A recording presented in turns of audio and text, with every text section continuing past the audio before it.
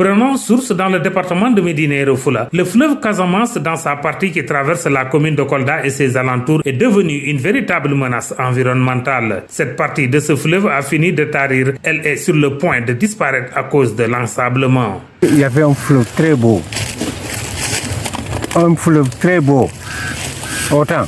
Il y avait un fleuve très beau. Nous, on pêchait ici autant. Il y avait du poisson, il y avait tout. Mais aujourd'hui, il n'y a rien. Tout est tari.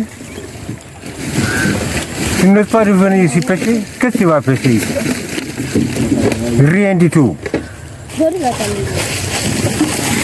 L'installation du barrage de Namon est une des causes de ce tarissement selon des environnementalistes.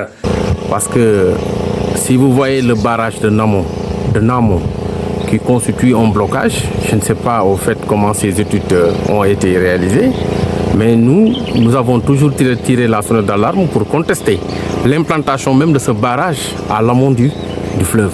Cela impacte négativement sur le fleuve Casamance.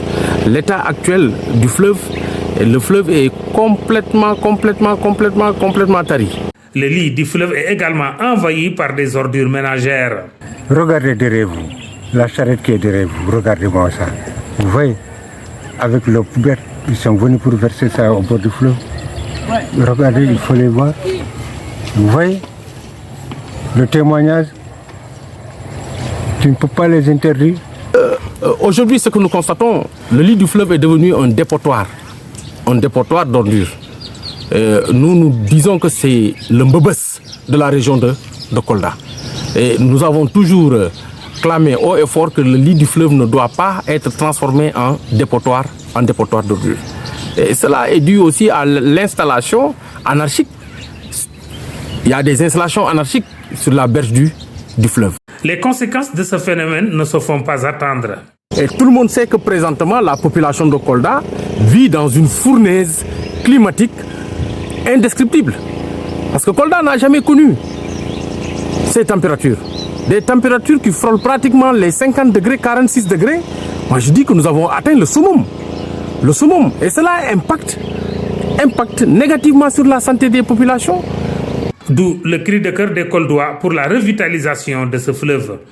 Et nous demandons à l'État du Sénégal de tout faire pour nous aider au désensablement du fleuve, à la revitalisation du fleuve.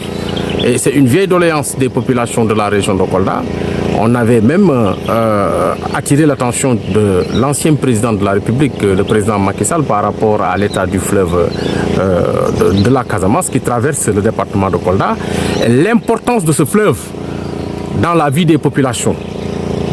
Une fois revitalisé, il pourrait constituer une niche d'opportunité pour le développement de Kolda. Un cours d'eau d'une importance capitale pour la région et ses habitants.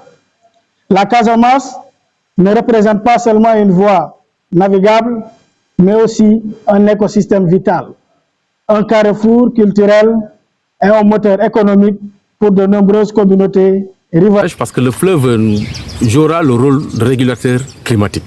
Ce fleuve pourra participer à l'autosuffisance alimentaire. Et ce fleuve aussi nous aidera vraiment à avoir du poisson frais. Quand on parle de poisson frais, c'est du poisson qu'on retrouvera dans nos assiettes. Et cela participera à l'autosuffisance alimentaire et surtout à la qualité de l'alimentation des populations de la région de Kolda. Ce fleuve aussi nous permettra de mener des activités, une agriculture. La protection du fleuve Casamance ne concerne pas seulement la préservation de la nature, mais aussi la sauvegarde des moyens de subsistance et du patrimoine culturel des populations du Fouladou, ont bien voulu rappeler ces jeunes.